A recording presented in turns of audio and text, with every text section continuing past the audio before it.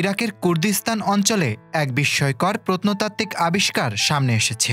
মসুল বাঁধের পানির স্তর নেমে যাওয়ার পর দহুক প্রদেশে উন্মোচিত হয়েছে প্রায় ৫,০০০ বছরের এক প্রাচীন নগরী।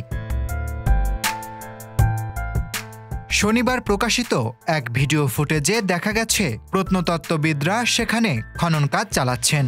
খননস্থল থেকে উদ্ধার করা হয়েছে প্রাচীনকালের মাটির তৈরি কফিন এবং বেশ কিছু সংরক্ষিত মানব কঙ্কাল। দহুক প্রত্নতত্ত্ব বিভাগের প্রধান বেকেস ব্রিফকানি জানান, আমরা প্রায় ২৩০০ বছর আগের হেলেনিস্টিক সলিউসিড যুগের অন্তর্গত ৪০টি মাটির তৈরি কফিন খুঁজে পেয়েছি। এগুলো খ্রিস্টপূর্ব ৩০০ সালের কাছাকাছি সময়কার।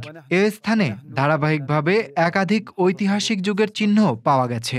সবচেয়ে পুরনো নিদর্শন পাওয়া গেছে নিনেভ ৫ যুগের, যা খ্রিস্টপূর্ব ২৯০০ সালের সময়কার।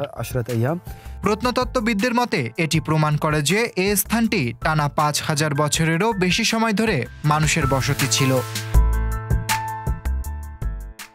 ১৯৮৬ সালে মসুল বাঁধ নির্মাণের পর এই প্রাচীন নগরী পানির নিচে ডুবে যায়। তবে চলতি বছর বাঁধে পানির স্তর উল্লেখযোগ্যভাবে কমে যাওয়ায় আবারও ভেসে উঠেছে এই হারানো সভ্যতার চিহ্ন।